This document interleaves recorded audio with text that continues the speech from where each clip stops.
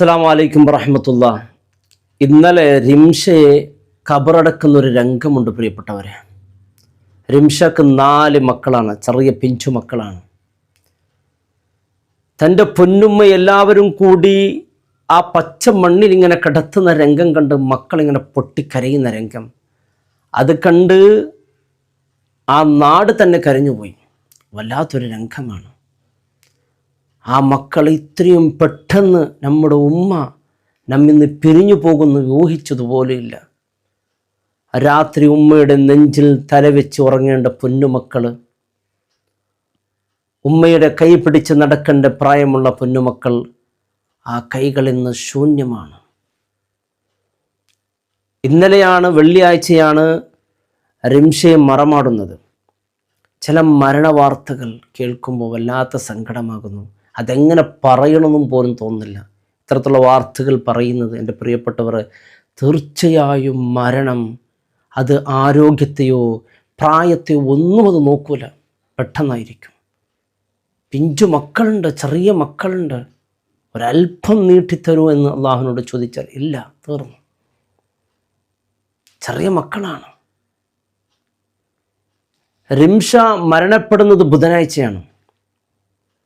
ബുധനാഴ്ച, വ്യാഴാഴ്ച, വെള്ളിയാഴ്ചയാണ് റിംഷയെ മറമാടുന്നത്. ഇതിന് കാരണം റിംഷയുടെ ഭർത്താവ് റഫീഖ് ജിദ്ദയിലാണ്. അങ്ങനെ തൻ്റെ പൊന്നു ഭാര്യ മരണപ്പെട്ടെന്നുള്ള വാർത്ത ഉൾക്കൊള്ളാനോ താങ്ങാനോ സഹിക്കാൻ കഴിയാതെ റഫീഖ് നാട്ടിൽ കൂടി വരികയാണ്. തൻ്റെ പൊന്നു മക്കളെയും ഓർത്തിട്ട്. തൻ്റെ പൊന്നുമക്കൾക്ക് ഉമ്മയില്ലാതെ ഒരു സെക്കൻഡ് പോലും ജീവിക്കാൻ എൻ്റെ മക്കൾക്ക് സാധ്യമല്ല. ഞാൻ എന്ത് പറയും, അവരെങ്ങനെ ആശ്വസിപ്പിക്കും എന്ന് കരഞ്ഞുകൊണ്ട് നാട്ടിലേക്ക് ഓടി വരികയാണ്. അങ്ങനെയാണ് മയ്യത്ത് മറമാടാൻ വൈകിപ്പോയത്. ഉമ്മയെ ആശുപത്രിയിൽ നിന്ന് കൊണ്ടുവരുന്ന സമയത്ത് തൻ്റെ 7 വയസ്സുള്ള ഹാദി എന്ന് പറയുന്ന പൊന്നുമോൻ്റെ ഒരു കരച്ചിൽ, യാ അല്ലാഹ്, അതൊന്നും എൻ്റെ പ്രിയപ്പെട്ടവരെ ആ രംഗമൊന്നും കാണാനേ പറ്റൂല. റിംഷ ബുധനാഴ്ചൻ്റെ അന്ന് എല്ലാ ദിവസങ്ങളെപ്പോലെ ആയിരുന്നല്ല ബുധനാഴ്ച റിംഷയുടെ ദിവസം. അന്ന് റിംഷക്ക് വല്ലാത്ത തിരക്കാണ്, തിരക്ക് പിടിച്ച ജോലിയാണ്. അന്നിങ്ങനെ ധൃതിയിൽ ജോലി ചെയ്യുന്നുണ്ട്. ഉച്ചവരെ ജോലി ചെയ്തു, ജോലി പൂർത്തിയാക്കാൻ കഴിയുന്നില്ല. വീട്ടുജോലിയൊക്കെ പെട്ടെന്ന് മറ്റുള്ള ജോലികൾ മക്കളേൽപ്പിക്കുകയാണ്. അന്ന് ഇത്രയും തിരക്ക് പിടിച്ച് ചെയ്യാനുള്ള കാരണം തൻ്റെ ചെറിയ മകൻ, അതായത് ഹാദി എന്ന് പറയുന്ന 7 വയസ്സുള്ള മകൻ, ആ മകനെ ആശുപത്രിയിലൊന്ന് കൊണ്ടുപോയി കാണിക്കാനുണ്ട്. എന്നിട്ട് തിരിച്ചു വരണം. മക്കൾക്ക് നോമ്പ് തുറയുടെ നോമ്പുകാരിയായിട്ടാണ് പോകുന്നത്, മരണപ്പെടുന്നത് നോമ്പുകാരിയായിട്ടാണ്. നമുക്കിത് വല്ലാത്ത ദുഃഖവും താങ്ങാൻ പറ്റാത്ത വിഷവുമാണ്. എന്നാൽ റിംഷയെ സംബന്ധിച്ചോളം വലിയ അനുഗ്രഹമാണ്, നല്ല മാസത്തിൽ നല്ല മരണം. പക്ഷേ ആ മക്കൾക്ക് ഇത് താങ്ങാനൊന്നും പറ്റൂലല്ലോ. ഇതിൻ്റെ പിന്നിലുള്ള രഹസ്യം അള്ളാഹു മാത്രമേ അറിയുന്നുള്ളൂ.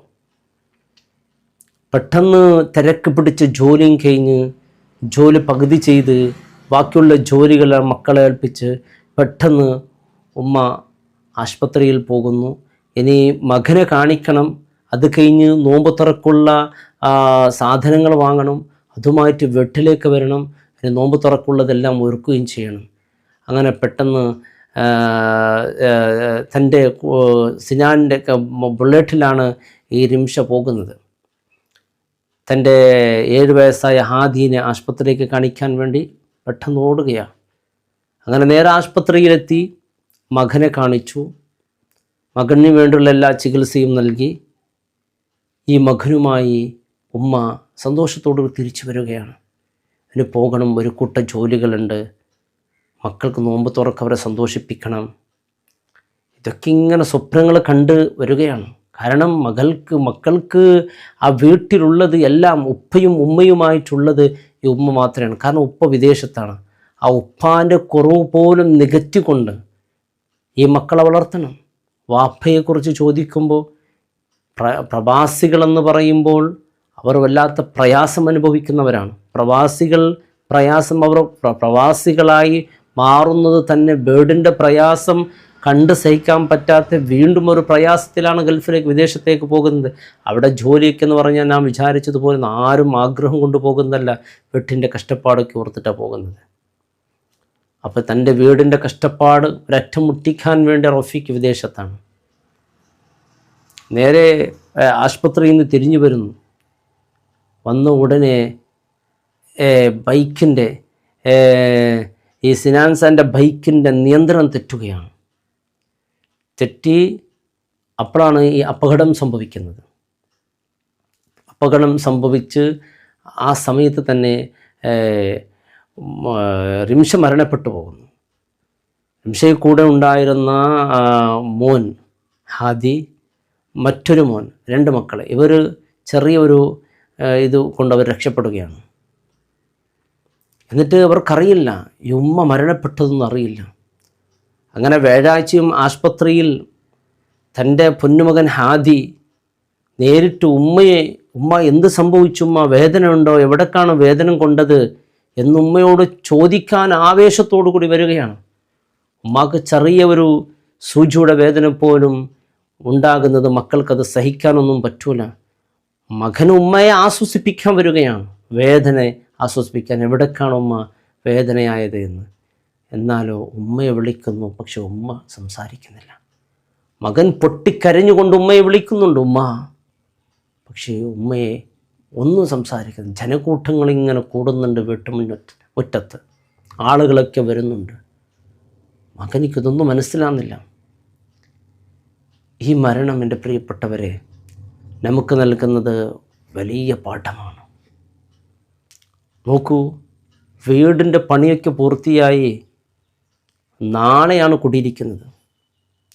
നാളത്തേക്ക്, ഒരു ദിവസത്തേക്ക് അല്ലാഹ് എന്നൊന്ന് നീട്ടിത്തറബേ. ലൻ യുഅഖിറല്ലാഹ്, ഇല്ല, നീട്ടുകയില്ല. ഇത് എന്താണ് നമുക്ക് നൽകുന്ന പാഠം? ഇങ്ങനെയുള്ള മരണം നമ്മെ ഓർമ്മപ്പെടുത്തുന്നത് എന്നും മരണത്തിന് വേണ്ടി നാം തയ്യാറായിരിക്കുക തന്നെ വേണം. നമുക്കിപ്പോൾ ആരോഗ്യമുണ്ട്, എല്ലാമുണ്ട്, കയ്യിൽ സമ്പത്തുമുണ്ട്. അങ്ങനെ പെട്ടെന്നൊന്നും എന്നെ തോൽപ്പിക്കാൻ കഴിയില്ല എന്ന രീതിയിലാണ് നമ്മുടെ ജീവിതം. റിംഷയുടെ മരണം ഇതൊക്കെ നമുക്ക് വലിയ പാഠമാണ്. അള്ളാഹ് പൊന്നുമാക്ക്, നീ പൊന്നുമോൾക്ക്, റിംഷ എന്ന് പറഞ്ഞാൽ ഏകദേശം ഒരു 40 പ്രായമാവും. അള്ളാഹു പൊരുത്തു കൊടുക്കട്ടെ, ഖബർ വിശാലമാക്കട്ടെ. ആ മക്കൾക്ക്, ഹാദി എന്ന് പറയുന്ന ചെറിയ മകൻ, എല്ലാ മക്കൾക്കും അതുപോലെ ഭർത്താവ് റഫീഖിനും അള്ളാഹു ക്ഷമാപ്രദാനം ചെയ്യട്ടെ. ആ കുടുംബത്തിന് ഒരു നാട് തന്നെ പൊട്ടിക്കരഞ്ഞു പോയി ഈ മരണരംഗം കണ്ടിട്ട്. വലിയ പ്രതീക്ഷയോടുകൂടി പോയതാണ്. വീട്ടിലേക്ക് വന്ന് ഒരുപാട് കാര്യങ്ങൾ ചെയ്യാനുണ്ട്. പക്ഷേ തൻ്റെ മക്കളെ കൂടെ, മക്കളിങ്ങനെ മാരോട് ചേർത്ത് ഉറങ്ങേണ്ട ഉമ്മ അന്ന് രാത്രി എൻ്റെ പ്രിയപ്പെട്ടവരെ ആശുപത്രിയിലായിരുന്നു. പിറ്റേ ദിവസം 6 മണിലാണ്. ഇനി ആ ഉമ്മയുടെ മാരോട് ചേർന്ന് നിൽക്കാൻ ഇനി ഉമ്മയില്ല വീട്ടിൽ. ആ മക്കൾ തനിച്ചാണ്. ഏത് വേദനയും സഹിക്കാം എൻ്റെ പ്രിയപ്പെട്ടവരെ. ഈ ഉമ്മയുടെ ശൂന്യത ഉണ്ടല്ലോ, അത് വല്ലാത്തൊരു ശൂന്യതയാണ്. ഉമ്മയുടെ ശൂന്യത നികത്താൻ അത് ഉമ്മയല്ലാതെ മറ്റാരുമില്ല, അത് ഉമ്മ തന്നെ ആകണം. ഈ ഒരു സംഭവം നടക്കുന്നത് മലപ്പുറം ജില്ലയിലാണ്. എൻ്റെ പ്രിയപ്പെട്ടവരെ, എവിടെയായാലും ഇതൊരു പാഠമാണ്. റിംഷാക്ക് അല്ലാഹു പൊരുത്തു കൊടുക്കട്ടെ, അള്ളാഹു ഖബർ വിശാലമാക്കട്ടെ. മരിക്കുന്ന നേരം ഈമാനോടുള്ള മരണം അള്ളാഹു നൽകട്ടെ. ആഫിയത്തോടുകൂടുള്ള ദീർഘായുസ് അള്ളാഹു നൽകട്ടെ. പരിശുദ്ധ റമദാൻ മാസത്തിൽ മരണപ്പെടുക നല്ല മരണമാണ്. സ്വർഗത്തിൻ്റെ കവാടം തുറക്കപ്പെട്ട ഈ ദിവസം അള്ളാഹു സ്വർഗത്തിൽ ഒരുമിച്ച് കൂട്ടട്ടെ. അസ്സലാമു അലൈക്കും വറഹ്മത്തുള്ളാഹി വബറകാതുഹു.